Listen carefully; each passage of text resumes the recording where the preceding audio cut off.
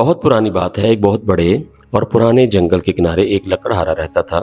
اس کی بیوی اور اس کے 2 بچے احمد اور عائشہ بھی اس کے ساتھ رہتے تھے۔ لڑکا بڑا تھا اور اس کا نام احمد تھا، لڑکی چھوٹی تھی، اس کا نام عائشہ تھا۔ لکڑہارے کی بیوی کچھ عرصہ پہلے انتقال کر چکی تھی۔ لکڑہارے نے دوسری شادی کر لی تھی۔ ان بچوں کی ماں یعنی سوتیلی ماں بہت بری تھی۔ وہ بچوں سے بہت ناراض رہتی تھی اور چاہتی تھی کسی نہ کسی طرح ان بچوں سے جان چھڑا لے۔ وہ ہر بات پر ان کو ڈانٹتی رہتی تھی اور بہت سے کام کرواتی تھی، جبکہ کھانے کے لیے بہت کم دیتی تھی۔ لکڑہارا بہت غریب تھا، وہ بیچارہ جنگل میں سارا دن لکڑیاں کاٹتا اور پھر شام کو شہر میں جا کر بیچ آتا، جس سے بیچارے کی دال روٹی بڑی مشکل سے چلتی تھی۔ ایک وقت ایسا آیا کہ پورے شہر میں قحط پڑ گیا، انسان جانور سب بھوک سے مرنے لگے اور حالت روزانہ کی روٹی چلنا بھی مشکل ہو گئی۔ ایک رات لکڑہارے نے اسی بات کو سوچ کر بہت پریشان تھا۔ وہ یہ سوچ رہا تھا کہ میرے بچوں کا کیا بنے گا۔ دراصل اسے اپنی کوئی فکر نہ تھی، اسے اپنے بچوں کی فکر تھی۔ اس نے صبر سے ٹھنڈی آہ بھری اور اپنی بیوی سے کہنے لگا، اب آگے گزارا کیسے ہوگا؟ ہم بچوں کو کیسے پال پوس کر بڑا کریں گے؟ اب تو ہمارے پاس کچھ بھی نہیں رہا۔ ان بچوں کی ماں جو ہر وقت ان سے ناراض رہتی تھی، وہ کسی نہ کسی طرح ان سے جان چھڑوانا چاہتی تھی۔ وہ تو موقع کی تلاش میں تھی، فوراً بولی کہ کل ہم کسی بہانے سے بچوں کو بہت دور جنگل میں لے جائیں گے، وہاں کچھ لکڑیاں جمع کر کے آگ جلا دیں گے تاکہ جنگلی جانور ان کے قریب نہ آ سکیں۔ اس کے بعد ہم انہیں ایک ایک روٹی دے کر اپنے کام پر واپس چلے جائیں گے۔ اس کے بعد بہانے سے ہم اپنے گھر واپس آ جائیں گے اور راستے بھی تلاش کریں گے تو نہیں کر پائیں گے۔ لکڑہارے نے اس بات سنی تو پہلے سے اس نے کچھ اور سوچا۔ وہ بولا، نہیں، میں ایسا نہیں کر سکتا۔ ایک باپ اپنی اولاد کے ساتھ ایسا کیسے کر سکتا ہے؟ انہیں جنگل میں اکیلا چھوڑ دوں اور جنگلی جانور انہیں چیٹ پھاڑ کر کھا جائیں گے تو پھر ہمیں بھی ان کے ساتھ ہی بھوک سے مرنا پڑے گا اور تمہاری قبر بنانے کے لیے بھی محنت کرنی پڑے گی۔ اس کی بیوی جھنجھلا کر اپنے غصے میں بولی اور اس کے بعد اس کی بیوی نے ضد پکڑ لی، یہاں تک کہ لکڑہارا مجبور ہو گیا۔ اس نے ہاں کر دی، لیکن میرا دل بچوں کی یاد سے تڑپ رہا ہوگا، اس نے اپنی بیوی سے کہا۔ اور اسی رات بچے بھی بھوک کی وجہ سے نہیں سو سکے اور انہوں نے چھپ کر اپنے ماں باپ کی یہ باتیں سنی۔ اس کے بعد لڑکی جس کا نام عائشہ تھا وہ بہت روئی اور اپنے بھائی احمد سے کہنے لگی، ہم اپنے ماں باپ کے لیے بوجھ بن گئے ہیں اور ہم سے جان چھڑانا چاہتے ہیں۔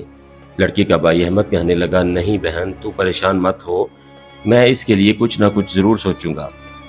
جب دونوں میاں بیوی سو گئے تو لڑکا یعنی احمد کھڑا ہوا۔ اس نے ایک چادر اوڑھی اور چپکے سے گھر کے دروازے سے باہر نکل گیا۔ مکان کے آگے پڑے کنکر چاندی کے ٹکڑے معلوم ہو رہے تھے۔ احمد نے بہت سے کنکر اٹھا کر اپنی جیبوں میں بھر لیے اور پھر گھر واپس آ گیا اور گھر آ کر اپنی بہن عائشہ سے کہنے لگا، میری پیاری بہن، تم آرام سے سو جاؤ، اللہ بہتر کرے گا۔ یہ کہہ کر خود بھی لیٹ گیا اور سو گیا۔ اگلے دن صبح سورج ابھی نکلا نہیں تھا کہ لکڑہارے کی بیوی دونوں بچوں کے پاس آئی اور بچوں سے کہنے لگی، چلو بچوں کھڑے ہو جاؤ، آج ہم جنگل میں لکڑیاں کٹوانے کے لیے جائیں گے۔ اس نے احمد اور عائشہ کو روٹی کا ایک ایک ٹکڑا بھی دیا اور کہنے لگی، یہ تمہارے دوپہر کے کھانے کے لیے ہے، اسے بھی ابھی نہ کھا لینا ورنہ تمہارے پاس دوپہر کے کھانے کے لیے کچھ نہ بچے گا۔ عائشہ اور احمد خاموشی سے روٹی کے ٹکڑے لیے اور اس کے بعد وہ سب جنگل کی طرف روانہ ہو گئے۔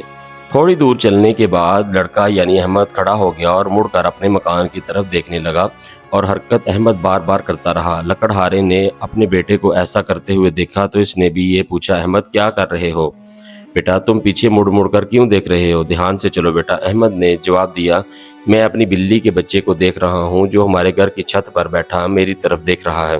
یہ سن کر سوتیلی ماں فوراً بولی، تم میرا ہی بدھو ہو، وہ تمہاری بلی کا بچہ نہیں بلکہ سورج ہے جو مکان کی چھت پر سے ابھر رہا ہے۔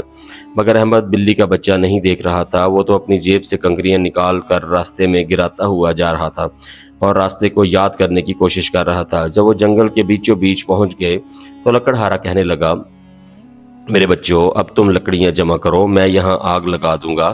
اس کے بعد احمد اور عائشہ نے لکڑیاں جمع کر کے ایک بہت بڑا ڈھیر لگا دیا۔ اس کے بعد لکڑہارے نے ان لکڑیوں میں آگ لگا دی۔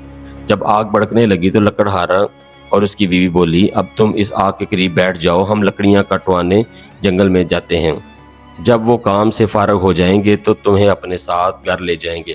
احمد اور عائشہ آگ کے قریب ہی بیٹھ گئے۔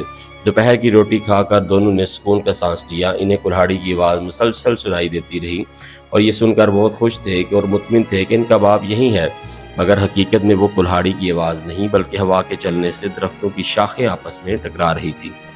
وہ کافی دیر اپنے باپ کا انتظار کرتے رہے اور تھک ہار کر وہیں سو گئے۔ جب ان کی آنکھ کھلی تو ہلکا ہلکا اندھیرا چھا رہا تھا۔ لڑکی یعنی عائشہ روتی ہوئی بولی، اب ہم گھر واپس کبھی نہیں جا سکیں گے۔ احمد نے اپنی بہن کو تسلی دیتے ہوئے کہا، میری بہن تھوڑی دیر اور انتظار کرو، چاند نکلنے دو، پھر ہم چاند کی روشنی میں اپنے گھر واپس چلے جائیں گے۔ جب پورا چاند نکل آیا اور احمد نے اپنی بہن کا ہاتھ پکڑا اور انہی کنکریوں کو دیکھ کر چلتا رہا جو اس نے آتے وقت راستے میں گرائی تھی اور چاند کی چاندنی میں چمک رہے تھے، وہ آہستہ آہستہ پوری رات چلتے رہے اور صبح کا سورج طلوع ہوتے وہ اپنے گھر کے سامنے کھڑے تھے۔ لکڑہارے کی بیوی نے دروازہ کھولا۔ جب ان کی سوتیلی ماں نے دیکھا تو اس کا منہ کھلا کا کھلا رہ گیا۔ پھر وہ غصے کا اظہار کرتے ہوئے بولی، تم بڑے لاپرواہ قسم کے بچے ہو، تم اتنی دیر تک جنگل میں سوتے رہے، ہمیں تو لگا کہ اب تم کبھی واپس نہیں آؤ گے۔ مگر جب لکڑہارے نے اپنے بچوں کو دیکھا، اس کے چہرے پر خوشی پھیل گئی۔ وہ اپنے بچوں کو دیکھ کر بہت خوش ہوا، کیونکہ وہ اپنے معصوم بچوں کو جنگل میں چھوڑ کر آنے سے پہلے بہت مایوس اور غمگین تھا۔ وقت یوں ہی گزرتا رہا۔ پھر کچھ عرصے بعد وہ قحط پڑ گیا۔ بچے نے ایک بار پھر اپنی سوتیلی ماں کی باتیں سن لی، جو کہہ رہی تھی، ہمارے پاس سب کچھ ختم ہو گیا ہے، اب ہمارے پاس فقط آدھی روٹی ہے۔ اس بار ہم بچوں کو بہت دور گھنے جنگل میں چھوڑ کر آئیں گے، کہیں وہ دوبارہ واپس نہ آ جائیں۔ یہ سن کر لکڑہارا بہت غمگین ہو گیا، مگر اس کے پاس کوئی چارہ نہ تھا۔ جب آدھی رات کا وقت سب سو گئے، احمد پھر اٹھا اور گھر سے باہر نکل گیا، کہیں سے سفید کنکریاں ڈھونڈ کر لے آیا۔ یہ سفید کنکریاں ہی تھی جو پچھلی بار انہیں گھر کے واپس لے آئی تھی، مگر یہ دیکھ کر تھوڑا پریشان ہو گیا کہ دروازے پر تالا لگا ہوا ہے اور باہر جانے کا کوئی راستہ نہیں۔ مگر پھر بھی اس نے اپنی چھوٹی بہن کو تسلی دی اور کہنے لگا، میری بہن رو نہیں، اللہ ہماری مدد کرے گا اور پھر ہمیں بچا لے گا۔ اگلے دن صبح لکڑہارا اور اس کی بیوی دونوں کو بچوں کو جگایا اور پھر انہیں روٹی کے 2 ٹکڑے دیے، مگر یہ روٹی کے 2 ٹکڑے پچھلی بار کی طرح بڑے نہیں تھے، یہ بہت چھوٹے تھے۔ پھر جب وہ جنگل کی طرف چلے تو احمد جیب میں ہاتھ ڈال کر روٹیوں کا چورا بناتا اور تھوڑے تھوڑے فاصلے پر رک جاتا اور راستے میں گراتا رہتا۔ احمد، تم بار بار کیوں رک رہے ہو؟ اس کے باپ نے پوچھا۔ میں کبوتر کو دیکھ رہا ہوں، وہ اپنے گھر کی چھت پر بیٹھا مجھے دیکھ رہا ہے، احمد نے جواب دیا۔ اس کی سوتیلی ماں بولی، وہ تمہارا کبوتر نہیں، وہ تو سورج کی کرنیں ہیں جن کی چمک آ رہی ہے۔ مگر احمد تو روٹی کے چھوٹے چھوٹے ٹکڑے رستے پہ ہی گراتا جا رہا تھا۔ اس بار تو وہ جنگل میں اتنی دور ایسی گم جگہ پر چلے گئے کہ جہاں پہ لکڑہارا بھی نہیں آیا تھا۔ انہوں نے ایک بار پھر سے لکڑیاں جمع کی، آگ جلائی اور اس کی سوتیلی ماں کہنے لگی، تم اب آگ کے پاس بیٹھ جاؤ، اگر تم تھک گئے ہو تو یہیں پر سو جاؤ، ہم جنگل میں لکڑیاں کاٹنے جاتے ہیں، ہم شام کو واپس آئیں گے اور تمہیں بھی اپنے ساتھ لے جائیں گے۔ دوپہر ہوتے ہی احمد نے اپنی روٹی کے 2 ٹکڑے کیے، ایک خود کھایا اور دوسرا اپنی بہن کو دے دیا۔ احمد اپنی روٹی کے تو پہلے ہی ٹکڑے کر کے راستے میں گرا چکا تھا تاکہ گھر کا راستہ معلوم کر سکے۔ اس کے بعد دونوں بہن بھائی سو گئے، رات ہو گئی، مگر انہیں لینے کے لیے واپس کوئی نہ آیا۔ جب رات کا اندھیرا پوری طرح سے پھیل گیا تو احمد اپنی بہن کو تسلی دیتے ہوئے کہا، میری بہن، چاند نکلنے کا انتظار کرو، جب چاند نکل جائے گا تو مجھے وہ روٹی کے ٹکڑے نظر آ جائیں گے۔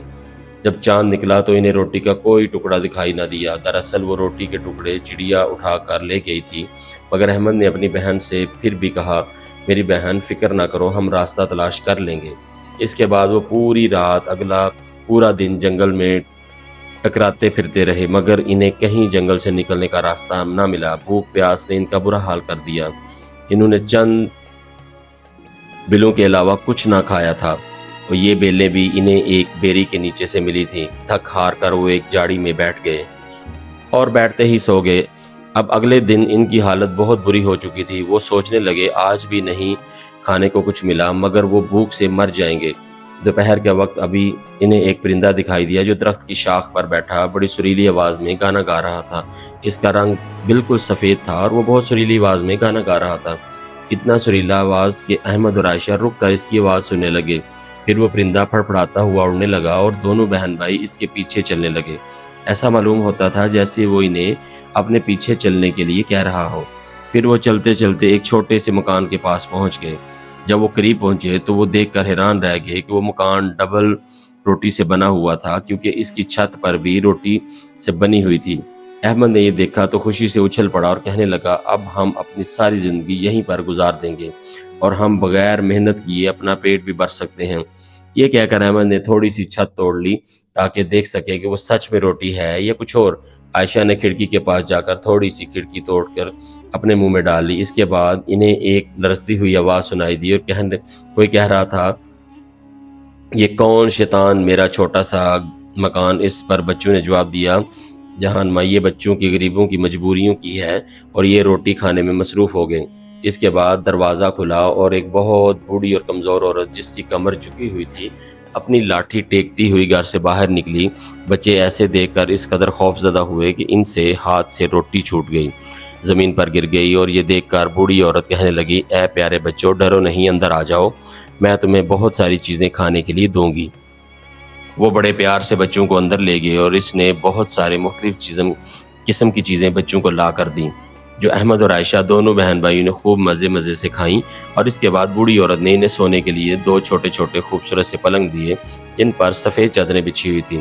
جب دونوں بہن بھائی اپنے بستر پر لیٹے اور انہیں آرام محسوس ہوا، ایسا لگتا تھا جیسے وہ جنت میں آ گئے ہوں۔ بوڑھی عورت یوں تو اپنے بچوں سے بہت محبت کا برتاؤ کر رہی تھی، مگر حقیقت میں وہ خطرناک جادوگرنی تھی، جو راستہ بھٹکتے ہوئے مسافروں کو اسی طرح اپنے پاس بلاتی اور ان کی خوب خاطر توجہ کرتی، اس کے بعد انہیں پکا کر کھا جاتی۔ جب احمد اور عائشہ دونوں اپنے بستر پر سو گئے، وہ جوڑ ہنسنے لگی اور اس کے منہ سے پانی بھر آیا اور چٹخارے لے کر بولی، اب یہ میرے قابو میں ہیں، اب یہ کہیں نہیں جا سکتے۔ اگلے دن صبح کا وقت وہ بچے اٹھے بھی نہیں تھے کہ بڑھیا اٹھ گئی۔ اس نے بچوں کو دیکھا، وہ ابھی تک سوئے ہوئے تھے۔ سوتے ہوئے وہ دونوں بہن بھائی بہت پیارے لگ رہے تھے۔ انہیں دیکھ کر بوڑھی عورت مسکرانے لگی اور من ہی من سوچنے لگی، ان کا گوشت تو بہت ہی مزے کا ہوگا۔ پھر اس نے احمد کو اپنی گود میں ایسے اٹھایا جیسے کوئی بہت طاقتور عورت ہو، اور اس کی جھکی ہوئی کمر بھی سیدھی ہو گئی۔ اب وہ کمزور معلوم نہیں ہوتی تھی۔ وہ احمد کو لے کر باہر گئی اور گھر کے پاس ہی ایک کمرے میں لے گئی، اور کمرہ دراصل پنجرہ تھا۔ اس نے احمد کو اندر ڈال دیا اور باہر سے کنڈی لگا دی۔ وہ چاہے جتنا بھی چیخے چلائے، مگر اس کی آواز وہاں پر سننے والا کوئی نہ تھا۔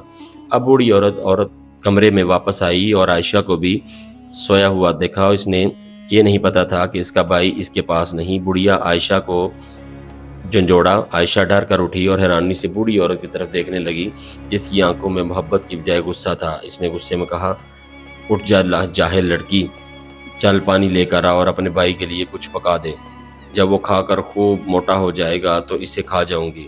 عائشہ نے جب یہ سنا تو وہ چیخ مار کر رونے لگی، مگر اب رونے دھونے کا کوئی فائدہ نہیں تھا۔ عائشہ بیچاری اب وہی کرتی جو اس کرنے کے لیے کہا جاتا۔ احمد کے لیے بہت عمدہ کھانا پکایا جاتا، مگر عائشہ بیچاری بچا کھچا کھانا نصیب ہوتا۔ بوڑھی عورت ہر روز پنجرے کے پاس جاتی اور چیخ کر بولتی، احمد اپنی انگلی باہر نکالو تاکہ اس بات کا اندازہ ہو سکے کہ تم کتنے موٹے ہو گئے ہو۔ احمد نے اس کے بدلے میں ایک ہڈی اس کے ہاتھ میں تھما دیتا۔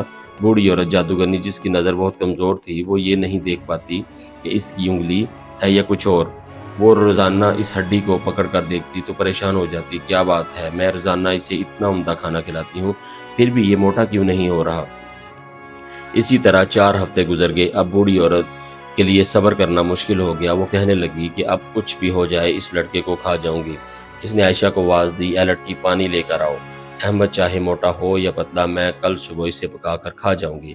بیچاری عائشہ کی حالت قابل رحم تھی۔ وہ بیچاری سسکیاں بھر کر رو رہی تھی اور پانی لا کر دے رہی تھی۔ وہ بیچاری روتے ہوئے کہنے لگی، اے اللہ ہماری مدد کر، اس سے اچھا تو یہ تھا کہ ہمیں جنگل میں کوئی درندہ چیر پھاڑ کر کھا جاتا، تاکہ ہم دونوں بہن بھائی ایک ساتھ ہی مر جاتے۔ بند کرو یہ رونا دھونا، جادوگرنی جھنجھلا کر بولی۔ دوسرے دن عائشہ باہر آئی۔ اس نے پانی سے بھری ہوئی ایک شیشی 2 بانسوں کے درمیان لٹکائی اور اس کے نیچے آگ جلا دی۔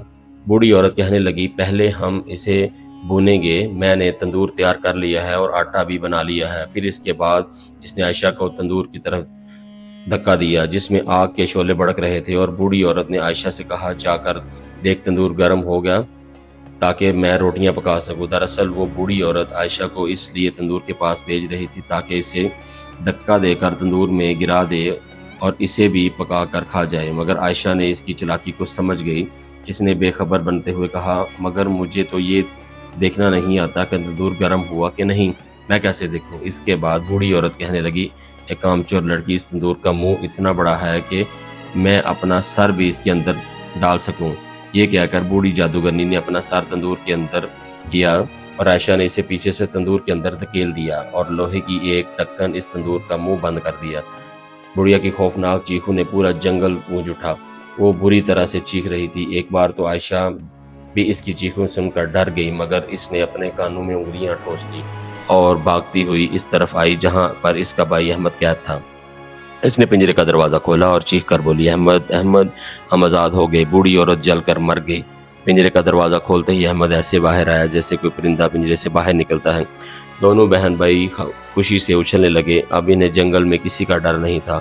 وہ بے خوف ہو کر بوڑھی جادوگرنی کے کمرے میں چلے گئے۔ وہاں انہیں جا کر دیکھا تو انہیں بہت سے مختلف صندوق نظر آئے۔ انہی صندوقوں میں ہیرے، جواہرات، سونے کی اشرفیاں بھری ہوئی تھیں۔ احمد نے ان اشرفیوں سے اپنی جیبوں میں بھر لی اور عائشہ بھی جتنی اشرفیاں لے سکتی تھی اس نے لے لی۔ اس کے بعد احمد نے کہا، اب ہمیں اس جنگل سے باہر نکلنا چاہیے۔ کئی گھنٹے بھٹکنے کے بعد ایک جھیل پر پہنچے۔ اب ہم اس کے پار کیسے جائیں گے؟ احمد نے کہا، مجھے تو اس کے پار جانے کا کوئی راستہ دکھائی نہیں دیتا۔ عائشہ نے کہا، دیکھو سامنے ایک بہت بڑا شتر مرغ کھڑا ہے، میں اسے کہتی ہوں وہ ہماری مدد کرے۔ عائشہ نے کہا اور اس کے پاس گئی اور کہنے لگی، پیارے شتر مرغ، ہم دونوں بہن بھائی بہت پریشان کھڑے ہیں، ہمیں اپنے گھر واپس جانا ہے۔ اس کے بعد شتر مرغ ان کے پاس آ گیا۔ شتر مرغ کے اوپر چڑھ کر دونوں آگے چلنے لگے۔ عائشہ کو اپنے پاس بٹھاتے ہوئے کہنے لگا، نہیں بھائی، اب ہم دونوں اس کے اوپر بیٹھ گئے ہیں تو ہمارا وزن زیادہ ہو جائے گا، ہم ایک ایک کر کے اس کی کمر پر سوار ہوں گے اور جھیل کو پار کر رہیں گے۔ شتر مرغ نے انہیں ایک ایک کر کے جھیل کو پار کروایا۔ اس کے بعد تھوڑا آگے بڑھے تو انہیں ایک ایسی جگہ دکھائی دی جو جانی پہچانی سی لگتی تھی۔ تھوڑی دیر بعد چلتے ہوئے اپنے مکان دکھائی دیا۔ اپنے مکان کو دیکھ کر خوشی سے اچھل پڑے اور ان کی جان میں جان آ گئی۔ دونوں بھاگتے ہوئے اپنے مکان میں داخل ہو گئے۔ ان کے باپ نے جب اپنے بچوں کو زندہ سلامت دیکھا تو اس کی خوشی کی انتہا نہ رہی۔ جب اسے اپنے معصوم بچوں کو جنگل میں چھوڑ کر آئے ہوئے اتنے دن ہو گئے تھے اور بے چین تھا، وہ ہر وقت اپنے بچوں کی یاد میں رہتا اور روتا رہتا۔ اس کی بیوی جو ان بچوں کی سوتیلی ماں تھی وہ بیمار ہو کر مر چکی تھی۔ احمد اور عائشہ نے ہیرے جواہرات کا اپنے باپ کے آگے ڈھیر لگا دیا۔ انہیں وہ بوڑھی جادوگرنی کے مکان سے لے کر آئے تھے اور اس طرح ان کی تمام زندگی کی پریشانیاں ختم ہو گئی۔ سوتیلی ماں سے بھی ان کی جان چھوٹ گئی۔ وہ خود ہی اپنے کرتوتوں کی وجہ سے قہر الہی کا شکار ہو گئی اور خوشی سے دونوں بہن بھائی اپنے باپ کے ساتھ زندگی بسر کرنے لگے۔ پیارے دوستوں، امید کرتے ہیں کہ آج کی یہ ویڈیو آپ کو پسند آئی ہوگی۔ اگر ویڈیو اچھی لگی تو کمنٹ کیجیے اور اپنی رائے کا اظہار کیجیے۔ ہمارے چینل کو سبسکرائب کیجیے اور اگلی ویڈیو دیکھنے کے لیے بیل کے آئیکن کو دبائیے۔ بہت شکریہ۔